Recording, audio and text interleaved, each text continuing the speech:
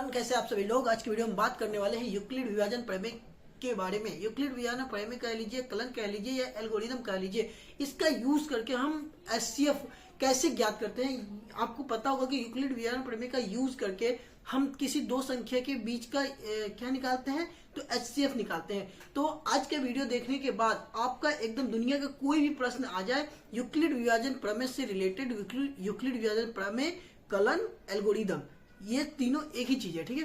तो आपको घबराने का बिल्कुल भी जरूरत नहीं है कि आपको बोला जाए कि यूक्लिड विभाजन प्रमेय का यूज कीजिए, कलन का यूज कीजिए या एल्गोरिथम का यूज कीजिए, तीनों एक ही चीज है, ठीक है। इसका थ्योरी वीडियो हम कभी और बना देंगे कि क्या है यूक्लिड विभाजन प्रमेय, कैसे इसका हम मतलब इसके बारे में डिटेल बता देंगे, क्या है, क्यों है और इसका यूज कहाँ किया जाता है, ठीक है। लेकिन आज का वीडियो मेनली यही है कि इसको देखने के बाद आपका जो भी प्रश्न है, ठीक है, दुनिया का कोई भी प्रश्न हो जाए, ठीक है, दुनिया का, ठीक है, इसको देखने के बाद आप आराम से हल करके ले जाइएगा, ठीक है। तो बिना देरी किए चलिए वीडियो को स्टार्ट करते हैं। अगर आप हमारे चैनल में नए हैं तो वीडियो को लाइक कीजिए, चैनल को सब्सक्राइब कीजिए और कमेंट करके बताइए कि आपको समझ में आया कि नहीं। और उसके बाद आपको हम एक पीडीएफ का लिंक दे देंगे, जिसके बाद आप जितने भी प्रश्न देंगे सब इंपॉर्टेंट होंगे, ठीक है। आपके बोर्ड के दृष्टिकोण से सब क्वेश्चंस इंपॉर्टेंट होंगे। तो आपको क्या करना है, उस पीडीएफ को डाउनलोड करना और एक लाइन से लगा देना। अगर किसी भी प्रश्न में आप फंसते हैं तो कमेंट कर कीजिए, इसमें फंसे हैं हम उसको हम बता देंगे। लेकिन इस वीडियो को देखने के बाद सवाल ही नहीं होता है कि आप फंसेंगे। सॉल्व करने के लिए आपको मेनली ये चार बात याद करना होगा। पहला है भाज्य क्या होता है, भागफल क्या होता है, ठीक है, भाजक क्या होता है, भागफल क्या होता है, शेषफल क्या होता है और भाज्य क्या होता है, ठीक है। तो यहाँ देख लीजिए, मान लीजिए कि हमको मतलब इस रूप में हम लिख दिए हैं कि 20 को 6 से भाग देना है। तो ये क्या हो गया, भाजक हो गया हमारा, ठीक है। ये जो हो गया वो भाज्य हो गया और ये शेषफल हो गया और ये भागफल हो गया। तो अब मान लीजिए कि अब हमको क्या कैसे लिखेंगे कि हम इसको ऐसे भी तो लिख सकते हैं ना, भाज्य इक्वल टू भाजक इंटू भागफल प्लस शेषफल, ठीक है। बस कुछ नहीं है, बस यही है। इसी को हम लोग क्या कर देते हैं कि यूक्लिड विभाजन प्रमेय में ऐसे लिख देते हैं कि जैसे दो क्या कहते हैं, दो संख्या दिया गया है a और b, ये क्या है, वेरिएबल है। आप इसमें मतलब इसकी जगह कोई भी संख्या हो सकता है। एक संख्या दिया गया है a और एक संख्या दिया गया है b।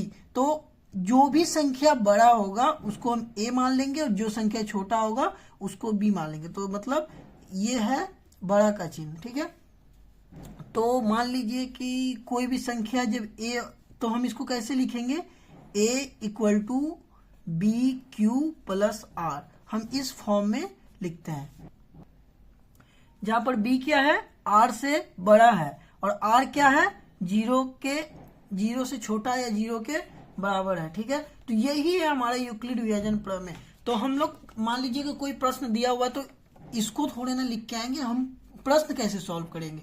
तो हम लोग प्रश्न को ऐसे सॉल्व करेंगे। कैसे सॉल्व करेंगे, चलिए देखिए, इन दोनों में सबसे बड़ा कौन है, दोनों में बड़ा कौन है, दोनों में बड़ा 6 और 20 में कौन बड़ा है, तो 20 बड़ा है किससे, 6 से, ठीक है। तो अब क्या करेंगे, 20 बड़ा है 6 से, तो हम लोग क्या करेंगे, नॉर्मली हम जैसे भाग देते हैं वैसे भाग देंगे।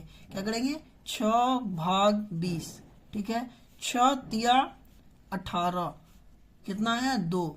अब इसको हम 20 को लिखिए किस रूप में, तो इस रूप में लिखिए, ठीक है। तो 20 इक्वल टू, इसको इससे गुना कीजिए और इससे जोड़ दीजिए, ठीक है। तो 6 इंटू 3 प्लस 2 क्या हो गया, 20 हो गया, ठीक है। अब यहाँ ये देखना है कि ये और ये, पहले ये देखना है कि ये जो शेषफल है ये 0 आया, नहीं आया। तो 0 नहीं आया, तो अब क्या देखना है, तो यह और यह दोनों में कौन बड़ा है, तो ये बड़ा है। तो 6 बड़ा है 2 से, ठीक है। अब क्या करना, फिर वही करना है, यहाँ जो किए वही यहाँ करना है, 2 भाग 6, ठीक है, 2 तिया 6, क्या हो गया 0। तो हम लोग 6 को कैसे लिख सकते हैं, 6 को 3 इंटू 2 प्लस 0 क्या हो गया, इस रूप में लिख लेंगे। अब देखिए यहां आपका क्या आ गया, 0 आ गया। तो शेषफल आपके जब 0 के बराबर हो जाएगा, शेषफल जब 0 के बराबर हो जाएगा तो आपको क्या करना है, यहां आपको कहा गया, अरे दिख नहीं रहा है, सॉरी। अब देखिए यहां पर क्या हो गया, 0 हो गया। तो यहां पे आपको रुक जाना है, जब शेषफल 0 हो जाए। यहां पे क्या है, चेक करना क्या है, यहां पर क्या है, शेषफल 0 नहीं है। शेषफल क्या है, शेषफल नॉट इक्वल टू 0। फिर हम अगला प्रोसेस करेंगे, लेकिन जब यहाँ पे शेषफल 0 हो जाए तो रुक जाएंगे, और जिससे हम लोग क्या कहते हैं, ये जो है भाजक, हमारा क्या है ये भाजक, तो जो भाजक है वही क्या हो जाएगा, HCF हो जाएगा। किसका, तो इसका। तो हम लोग क्या लिख लेंगे, HCF ऑफ किसका, HCF 20,6 का क्या हो जाएगा, 2। ठीक है, लेकिन इतना ये 20,6 इतना आप लोग आराम से कर लीजिएगा, ठीक है। लेकिन इसमें 1-2 पॉइंट और है जिसके चलते आपका मार्क्स कट सकता है, तो उसको यहाँ पे लिखना है। तो यहाँ ऐसे किए, ठीक है। ये करने के बाद यहाँ हम लोग लिखेंगे, क्या लिखेंगे, यूक्लिड विभाजन, यूक्लिड विभाजन प्रमेयिका से, ठीक है। हम लोग ये हुआ, ठीक है। फिर उसके बाद हम लोग क्या किए, ये किए, ये किए। तो हम लोग फिर यहां भी लिखेंगे, क्या लिखेंगे, यूक्लिड विभाजन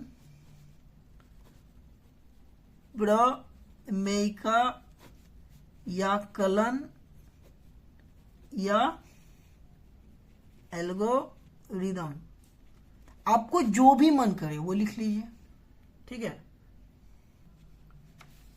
जो भी मन करे वो आप लिख लीजिए, ठीक है। तब उसके बाद फिर यहां पे यही करना है, बस इतना कर दीजिए।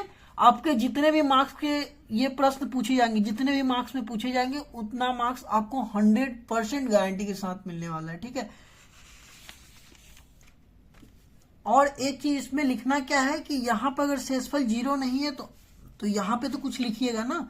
तो यहां आपको लिखना है 6 को 2 से विभाजित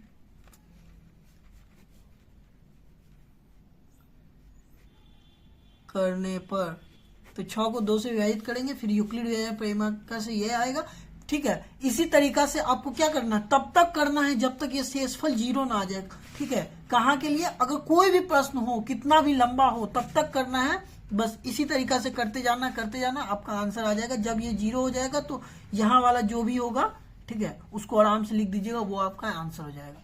चलिए।